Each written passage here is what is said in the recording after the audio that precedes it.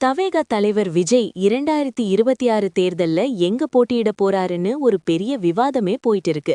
ஆனா இன்னைக்கு கிடைச்சிருக்கிற latest report படி விஜய் அவர்கள் 1 இல்ல 2 தொகுதிகள்ல போட்டியிட போறதா ஒரு அதிரடி தகவல் கசிஞ்சிருக்கு. அது எந்த தொகுதிகள், ஏன் அந்த இடத்தை தேர்வு செஞ்சாரு, வாங்க பாப்போம். முக்கியமான விஷயம் என்னன்னா, விஜய் அவர்கள் சென்னையோட வேளச்சேரி அல்லது விருகம்பாக்கம் தொகுதிகள்ல 1ல போட்டியிட அதிக வாய்ப்பு இருக்கு. ஏன்னா அவரோட ராசியான எழுத்தான வீல இந்த தொகுதிகள் ஆரம்பிக்குதுன்னு ஒரு பக்கம் சொல்லப்பட்டாலும், சென்னையை சுத்தி இருக்கிற 12 தொகுதிகள்ல தவேகாவுக்கு 30% வாக்கு வங்கி இருக்குன்னு சர்வே சொல்லுது. இரண்டாவது தொகுதியா திருச்சி கிழக்கு இருக்கலான்னு கட்சி வட்டாரங்கள்ல பேசிக்கிறாங்க. இன்னொரு பக்கம் தவேகா பொதுச் செயலாளர் ஆதவ் அர்ஜுனா நேத்து திமுகவுக்கு ஒரு நேரடி சவால் விட்டிருக்காரு.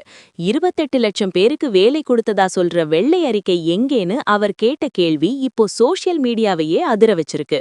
வேலைவாய்ப்பு மற்றும் பெண்களோட பாதுகாப்பு பத்தி அவர் பேசின விஷயங்கள் இப்போ மிடில் கிளாஸ் மக்கள் மத்தியில பெரிய வரவேற்ப பெற்றிருக்கு. 25-54 வயசுல இருக்கிற நமக்கு தெரியும், வெறும் பேச்சு முக்கியம் இல்ல, செயல்தான் முக்கியம்னு.